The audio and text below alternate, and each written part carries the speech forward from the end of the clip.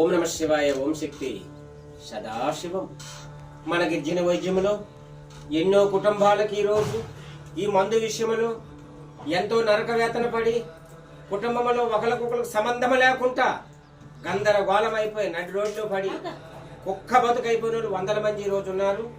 దానివల్లని ప్రతి కుటుంబము కూడా సత్యశ్యామలముగా ఉండాలని, ఆ దుర్బుద్ధి దురాలోచన పోవాలని మన గిరిజన వైద్యములో ఎన్నో కుటుంబాలకు మనం మందు ఇవ్వడం జరిగింది.